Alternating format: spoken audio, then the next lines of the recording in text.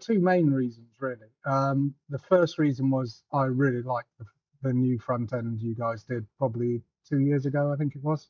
Um, it's clean, it's modern, it's really nice to use, and I'd seen it on other people's websites and thought, oh, that looks like a current tool, whereas my old one was, I mean, it worked, but it was just looking a bit dated. And I think that company was more concentrating on looking at the MES side and the back end rather than actually a nice user interface, or a modern user interface. So well, actually, there was three reasons, not two. Actually, one of the other big ones was we run a MJF 580, which is a full color machine.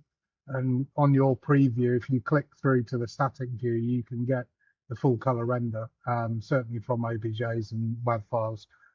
So that was a big thing for us. It was a big leap to try and expect people to order color models through the web when it was presented back to them in black and white. It just doesn't work.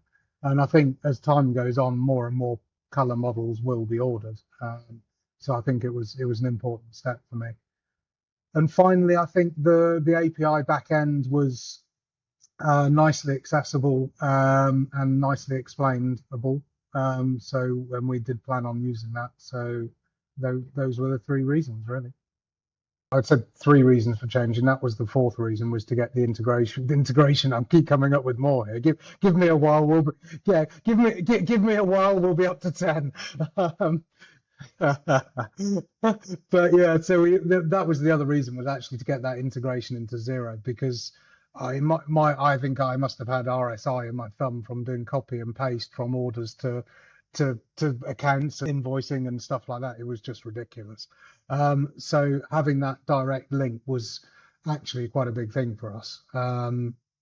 It doesn't sound like a lot, but when you've got one order that's got, I don't know, 40 line items on it with different quantities, different prices, there's a huge margin for error, but also there's a huge time overhead in putting that order in. Whereas when we do get one of those, even if it's on paper now when the order comes in, I can just upload the models, put the quantities in, and I know the pricing is going to match, because that's what was done for the quote. So and if not, then I can tweak it, and so it does. And then as soon as that order is placed, that then is fed straight through into the accounts, and it's just there when we're ready for invoicing. So most of our payments are in effect offline, so we're working with machine integrators and people like that they don't get paid until they deliver.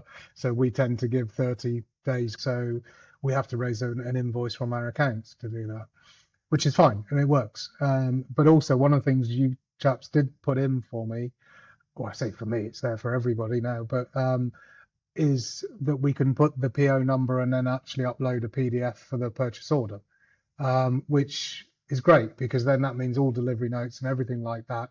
We had a bit of a backwards and forwards, and then we got it there, and it's on all of the delivery notes, or the packing and everything like that. So it's fed through the whole system. It's now automatically through into the invoice as well, and that just ties everything together nicely, and it just works.